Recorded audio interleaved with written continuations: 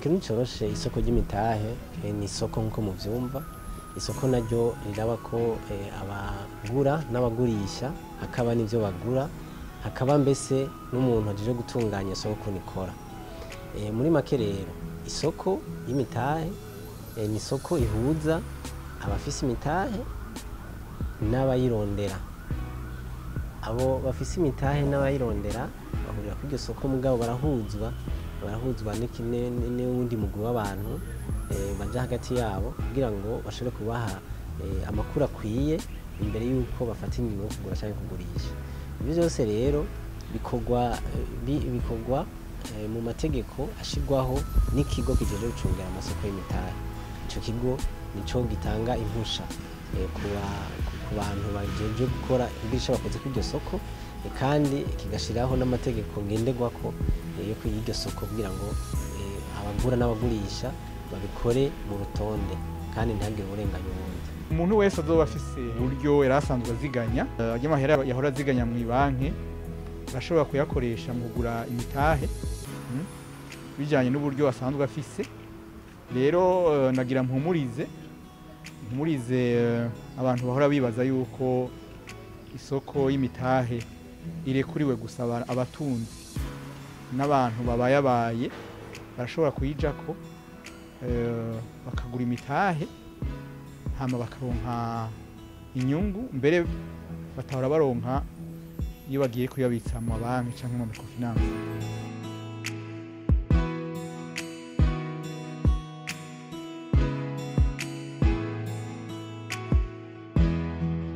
Muri rusangi mu butunzi bw'igihugu iryo soko nkuko navuze yuko ari isoko ry'imitahe rirafasha abarondera imitahe batariko barayironka ku buryo buhagije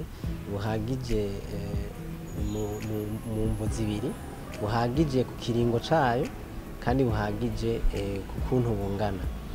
Uno munsi abaciye mu mashirahamwe y'ubudandaji bw'amafaranga cyangwa bw'imitahe, amabanki n'ayandi mashirahamwe bararonka iyo mitahe. Mugabo imitahe itangwa muri ivyo bisata ni imitahe idahagije cane kandi imitahe ku gihe gito.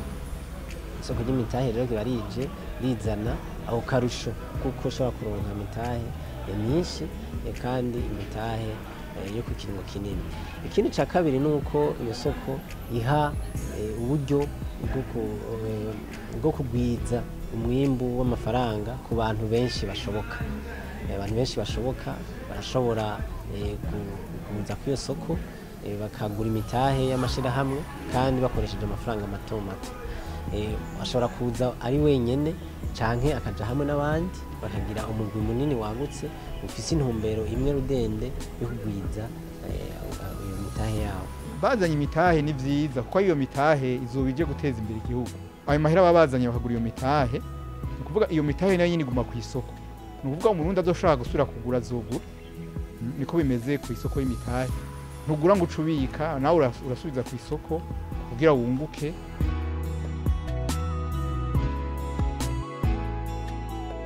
Iyo soko y'imitahe iratuma abakora nabi bava ku isoko. Nico gituma rero iyo hamaze kuza iyo soko y'imitahe birasaba yuko amashirahamwe agerageza gukora neza, n'adakoze neza naho iyo soko nyine irabihanira kuko usanga igiciro c'imitahe yabo yagabanutse. Yego hama biratuma na discipline no mu bantu no mu bajejwe gutunganya ayo mashirahamwe, kuko iyo utunganya ishirahamwe nabi imitahe y'iryo shirahamwe igiciro gica kigabanuka. Hanyuma rero banyene iryo shirahamwe baca bagushimira bakwereka iyo utumbera ukabavira mu shirahamwe ryawo nk'umutegetsi nk'ubusanzwe aritunganya, bagaca barondera ababishoboye. Niko bigenda.